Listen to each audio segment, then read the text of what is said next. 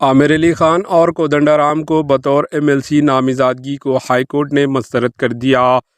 Telangana high court نے governor quota کے تحت MLC کی تقریر پر ایک اہم فیصلہ سنایا ہے۔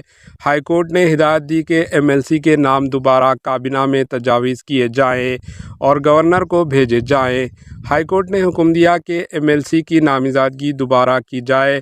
ہائی کورٹ نے کہا کہ گورنر کے پاس ڈی شراون اور ستیہ نارائن کی تقریر کو منسوخ کرنے کا کوئی اختیار نہیں ہے۔ ہائی کورٹ نے کہا کہ اس کابینہ کو واپس بھیجے جائے اور اسے مسترد نہ کیا جائے۔ ہائی کورٹ نے اپنے فیصلے میں کودنڈارام اور عامر علی خان کی تقریر کو مسترد کر دیا۔ قبل ازیں BRS حکومت نے ڈی شراون اور ستیہ نارائن کے ساتھ ان کے نام منظوری کے لیے گورنر تمل سائی سوندراراجن کو بھیجے تھے، تاہم گورنر نے اس بات سے انکار کیا کہ ان دونوں کے پاس گورنر کے کوٹا کے تحت MLC کے طور پر نامزد ہونے کی کوئی اہلیت نہیں ہے۔ اس کے بعد تلنگانہ میں اسمبلی الیکشنز منعقد ہوئے اور نئی حکومت تشکیل پائی۔ وہیں ڈی شراون اور ستیہ نارائن نے اس معاملے کو ہائی کورٹ سے رجوع کیا۔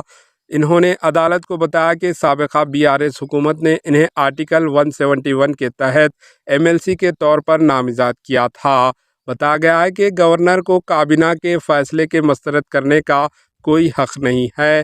یہ معاملہ ابھی عدالت میں زیر دوران تھا کہ کانگریس حکومت نے گورنر کوٹا کے تحت MLC کی نامزدگی کے لیے کودنڈارام اور عامر علی خان کے نام تجویز کیے، جسے گورنر نے منظوری بھی دے دی تھی، تاہم ہائی کورٹ نے ان دونوں کی حلف برداری پر روک لگا دیا تھا۔